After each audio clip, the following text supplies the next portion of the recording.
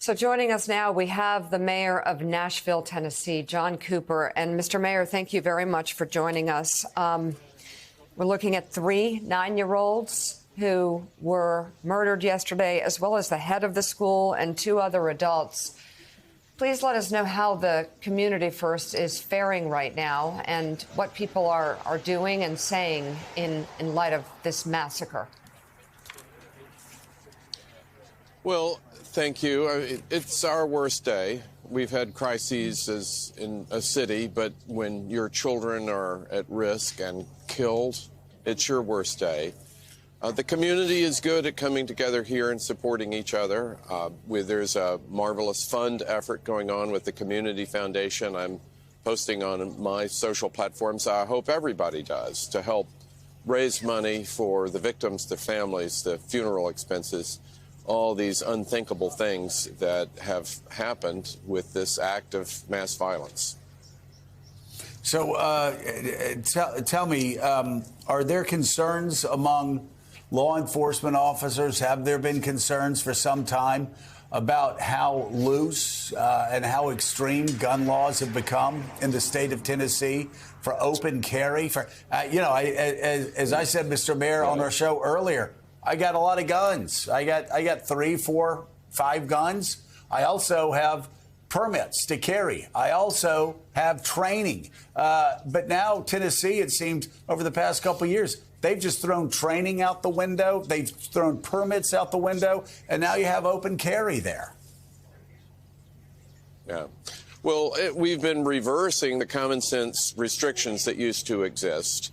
And interestingly, it's the police officers in Tennessee that have been leading the charge of awareness for how much more dangerous their work is and how many more gun crimes are being related to the ubiquity of guns in Tennessee.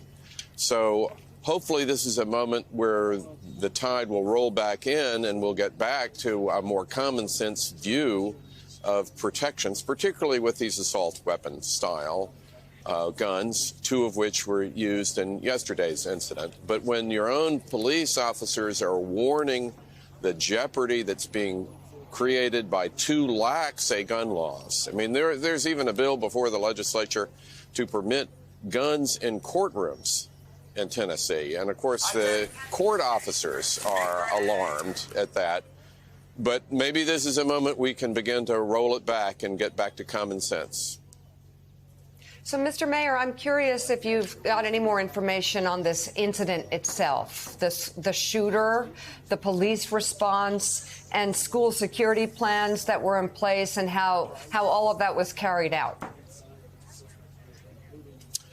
Well, I think today there'll be a lot of reveal with the police. We all know, as the chief mentioned, the manifesto that the shooter had. It was clearly a very well-planned incident with lots of ammunition. It makes the heroism of the officers even greater, that in 14 minutes you could go from a call to a resolution of the situation against somebody who shot their way into the building and was armed and prepared and had lots of weapons. The police response here, by the way, is just heroic, but I think all of us need to realize this was unusually able. You cannot count on this good a response elsewhere. Guns are quick.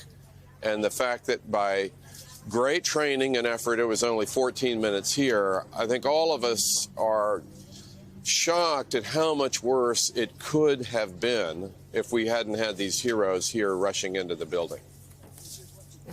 That's pretty bad. Mr. Mayor, we've heard some people suggest that there is nothing that could make a difference, that there's no point even trying because however many laws you had in place, this shooting still would have happened. We've heard that argument in previous shootings as well.